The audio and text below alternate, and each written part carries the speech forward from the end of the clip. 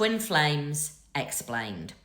Let's get deep into what twin flames are, how they differ from soulmates, what do you go through, how do you know if you are on a twin flame journey. My name is Kat from Sacred Soul Rising, and today I want to get really deep without the pink fluffy stuff, without the dreaminess that keeps you in looping energy, and to really get to the heart and explain to you the difference between soulmates and twin flames.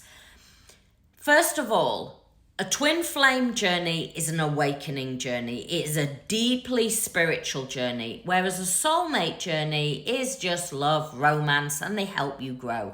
It's really a 3D connection, whereas a twin flame journey is a cosmic connection. You and your divine counterpart are one consciousness. You are one frequency. And this is the important thing to really be aware of. There is no separation between your energy and frequency, whereas soulmates are two.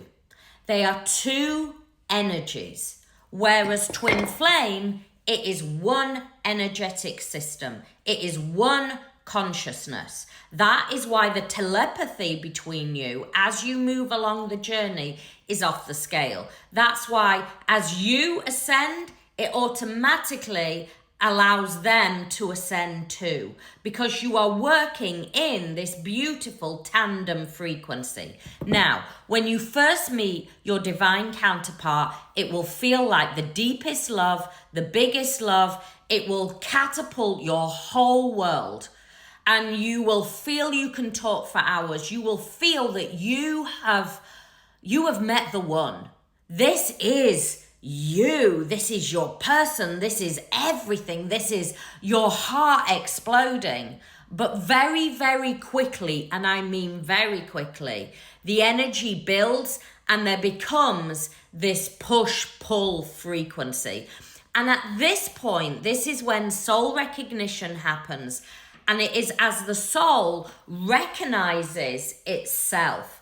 You will know on the journey how it is hard to be able to, once soul recognition has happened, it's hard for you to maybe speak on the phone. It's hard for you to look in each other's eyes. The divine masculine will look away, will not want to face you, will not often want to speak fully. They will come in and out. Now, divine masculine and divine feminine does not identify how you identify in the physical, i.e. male or female. This is all about energy and frequency. So you can identify as male, but still be the divine feminine frequency. How do you know which one you are? The divine feminine is the chasing energy. It is the one you searching out information, trying to figure it out, trying to prove to your twin flame that this is the love and the romance, and they are trying to get away. They are in, out, they are blocking, ghosting, they are, it's too much. It is just too much. For the divine masculine, at first, the energy is so overwhelming. And so it is a journey now that you go on of learning how to balance that one energetic system. But once that soul recognition happens and it puts you into that first separation, this is when you, as the divine feminine, is catapulted into dark night of the soul and ego death. Why does that happen? Is it just for the love? No. You are now catapulted onto your spiritual awakening. You are now dissipating out the lower frequencies. You are moving from a very carbon dense being into a multidimensional being. You are now given your spiritual gifts. You are now activated with the Christ consciousness, the Magdalene codes, the ley line frequency, the dragon frequency, the whale frequency, the crystal grid. You are now activated into a lot higher frequency, and you are starting to work more than just the earth as we see it. Whereas the divine masculine, they go back into their old, or should I say they try. They run back into their old uncomfortable world, however that looked to them, trying to escape what feels powerful and overwhelming. You see, the divine feminine, you watching this, you now need to learn how to work with this powerful energy and frequency that is now activated.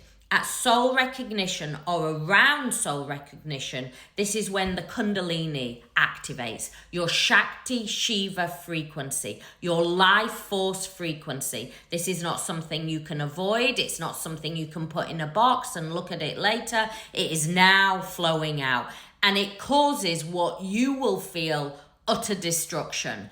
Everything, as you know, is starting to dissipate away. You're going through dark night of the soul and ego death. It is deeply transformative.